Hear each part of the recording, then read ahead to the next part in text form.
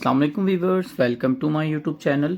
आज हम next topic को डिस्कस करेंगे चैप्टर नंबर 20 के, जो कि हमारे पास है फर्टिलाइज़र। हमारे पास बहुत ही important, very important long question है हमारे पास पेपर के पॉइंट ऑफ व्यू से। एक्सरसाइज का लॉन्ग क्वेश्चन भी है बड़ा, इसकी जो साइज़ है लॉन्ग क्वेश्चन का वो है जो कि पेपर में आने वाला है। आपने इसको बड़े अच्छे तरीके से प्रिपेयर करना है और वीडियो को एंड तक ज़रूर देखना है। अगर आप हमारे चैनल पर नए हैं तो चैनल को सब्सक्राइब और वीडियो को लाइक ज़रूर करना है। हमारे पास एक्सरसाइज का लॉन्ग क्वेश्चन है 20.3, ठीक है। शॉर्ट जो लॉन्ग क्वेश्चन है वो क्या है, उसकी स्टेटमेंट देखते हैं। लॉन्ग क्वेश्चन हमारे पास 20.3 है, व्हाट आर फर्टिलाइजर। सबसे पहले आपने फर्टिलाइजर के बारे में बताना है, फर्टिलाइजर क्या है। Mention the essential quality of good fertiliser, कि जो अच्छे फर्टिलाइजर होते हैं उनमें कौन सी एसेंशियल क्वालिटी होनी चाहिए, ठीक है। ये हमारे पास लॉन्ग क्वेश्चन है, तो पढ़ते हैं इस लॉन्ग क्वेश्चन को। सबसे पहली चीज हमारे पास फर्टिलाइजर क्या है, ठीक है। फर्टिलाइजर जिसको हम खाद भी कहते हैं, ऊपर हमने प्रीवियस लेक्चर में देखा था, हमने जो न्यूट्रिएंट्स जो प्लांट्स को चाहिए होते थे उनकी क्लासिफिकेशन पढ़ी थी, ठीक है। इस टॉपिक में हम देखेंगे जो फर्टिलाइजर है, जो खाद है, वो है क्या, खाद का इस्तेमाल क्या है और कौन सी खाद जो अच्छी खाद होती है, गुड फर्टिलाइजर होते हैं, उनमें इनकी जो एसेंशियल क्वालिटी है वो क्या होनी चाहिए, ठीक है। कि हम कहेंगे कि वो क्वालिटी अगर उस खाद के अंदर मौजूद है तो वो गुड फर्टिलाइजर है। तो सबसे पहले फर्टिलाइजर की डिफाइन कहता है, fertiliser are the substance, fertiliser एक ऐसे सब्सटेंस है added to the soil to make up the deficiency of essential element. Fertiliser ऐसे सब्सटेंस होते हैं जो कि हम ऐड करते हैं किसके अंदर, सॉइल के अंदर, मिट्टी के अंदर। जो जब हम ऐड करते हैं वो क्या करते हैं, makeup the deficiency of essential element, जो डेफिशिएंसी जो कमी होती हैं उन एलिमेंट्स की प्लांट्स के अंदर।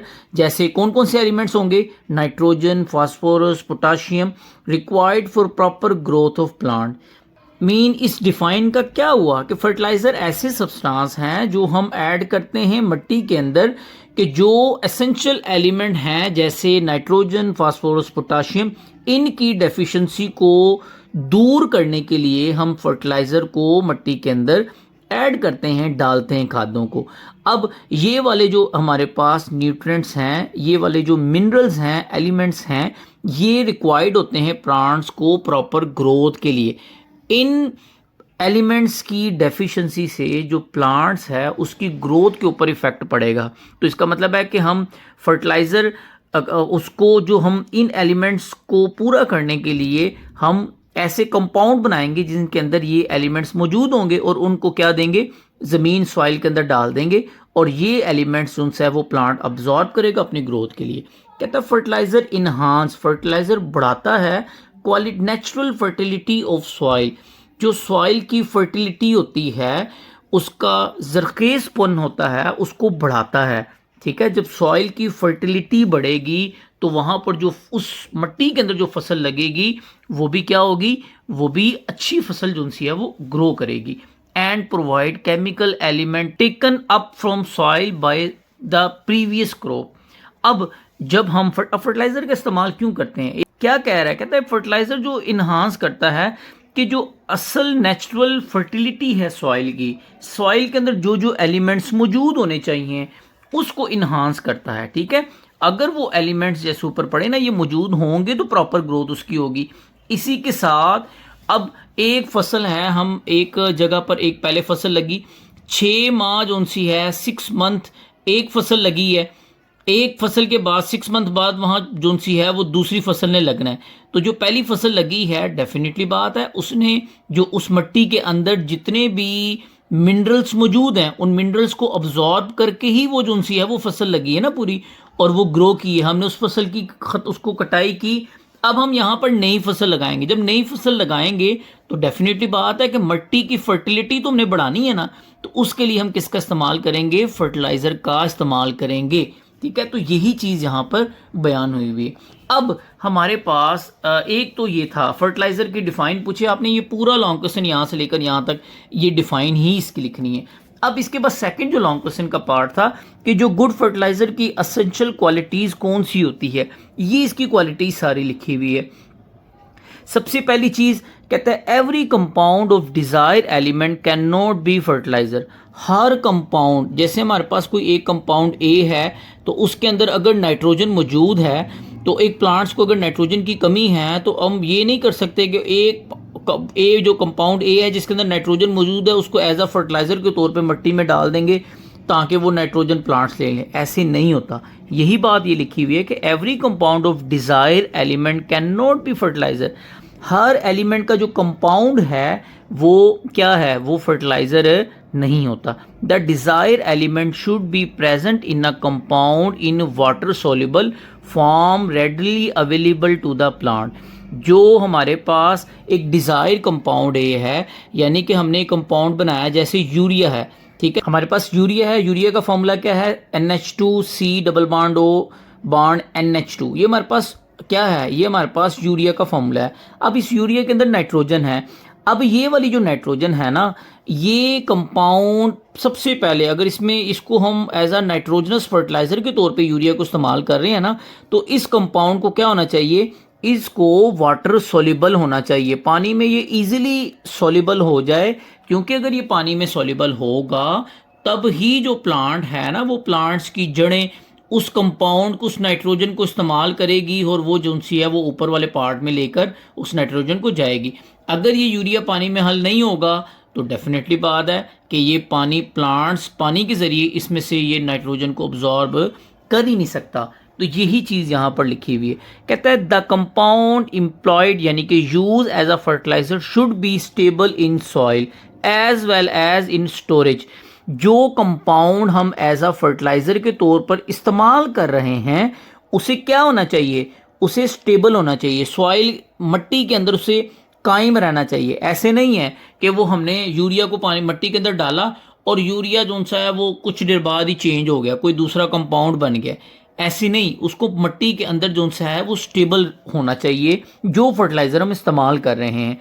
इसी के साथ कहता है वो क्या है, वो हम स्टोरेज होने के काबिल भी हो, कि वो ये ना हो कि हमने अगर एक खाद है, एक बोरी खाद है, हमने एक जगह स्टोर की है और वो मॉइस्चर उसने पानी को ऑब्जॉर्ब किया और पानी को ऑब्जॉर्ब करने के बाद क्या होगी कि उसकी कंपोजिशन चेंज होगी। ऐसे नहीं होना चाहिए कि ऐसा कंपाउंड जो हम एज अ फर्टिलाइजर के तौर पे इस्तेमाल कर रहे हैं, पहले नंबर पे क्या बात कि वो स्टेबल होना चाहिए, मट्टी के अंदर कायम होना चाहिए। सेकंड नंबर पे क्या है कि वो स्टोरेज के काबिल होना चाहिए। वो it should not B absorb moisture, उसको पानी अब्जॉर्ब ना, वो पानी अब्जॉर्ब ना करता हो। पानी अब्जॉर्ब करेगा डेफिनेटली बात है कि उसकी जो कंपाउंड की कंपोजिशन है वो चेंज हो जाएगी। या set to hard stony material with the time, ऐसे भी नहीं होना चाहिए। एक तो पानी भी नहीं अब्जॉर्ब, जब स्टोर करें वो पानी भी ना अब्जॉर्ब करे, कंपोजिशन भी ना चेंज हो, और ये भी ना हो कि जब हम वो पड़े जो जैसे सख्त मट्टी होती है सीमेंट की तरह, वो वैसे स्टोनी सख्त मटेरियल हो जाए। ऐसे नहीं होना चाहिए। अब ये सारी खुसूसियात एक फर्टिलाइज़र में होने के साथ साथ कहता है above all it should be cheap to manufacture. जो फर्टिलाइज़र हम बना रहे हैं, एक तो वो बनाने में सस्ता होना चाहिए, वो कॉस्टली नहीं होना चाहिए। अब हमारे पास ये एसेंशियल जो सा है वो रिक्वायरमेंट एक गुड फर्टिलाइजर की दी हुई है। 7 पॉइंट्स हैं, बहुत अच्छे तरीके से करना है। आपसे शॉर्ट क्वेश्चन भी ये पूछा जा सकता है अलहदा कि write any 2 essential quality of a good fertiliser, तो इसमें से कोई सी 2 लिखनी है। सबसे पहले एक गुड फर्टिलाइजर है, उसकी क्वालिटी क्या होनी चाहिए, कहता है the nutrient element present it must be readily available to the plant. जो न्यूट्रिएंट एलिमेंट्स एक फर्टिलाइजर के अंदर मौजूद है, सपोज एक एलिमेंट के अंदर मैंने बताया ना नाइट्रोजन अगर एक एलिमेंट है जो हम प्लांट्स को जो देना है, तो हमने नाइट्रोजन का एक कंपाउंड फर्टिलाइजर बनाया। अब ये वाला जो नाइट्रोजन उस कंपाउंड के अंदर मौजूद है वो इजीली प्लांट्स के लिए होना चाहिए। ये ना हो कि प्लांट्स उसको अब्जॉर्ब ना कर सकता हो, ठीक है। तो हमारे पास पहली क्वालिटी ये होगी, जो अच्छा फर्टिलाइजर है उसकी ये क्वालिटी होनी चाहिए। सेकंड नंबर पे कहता है it must B Fairlie soluble in water. पानी में वो फर्टिलाइजर, वो कंपाउंड इजीली सोल्यूबल होना चाहिए। So it truly mix with soil, और वो इजीली मट्टी के अंदर मिल जाए और मट्टी जो उनसा है वो प्लांट्स उस मट्टी में से बाय अब्जॉर्प्शन रूट्स के जरिए उस एलिमेंट्स को अब्जॉर्ब कर सके। तीसरे नंबर पे कहता है it should not be injurious to health to plant.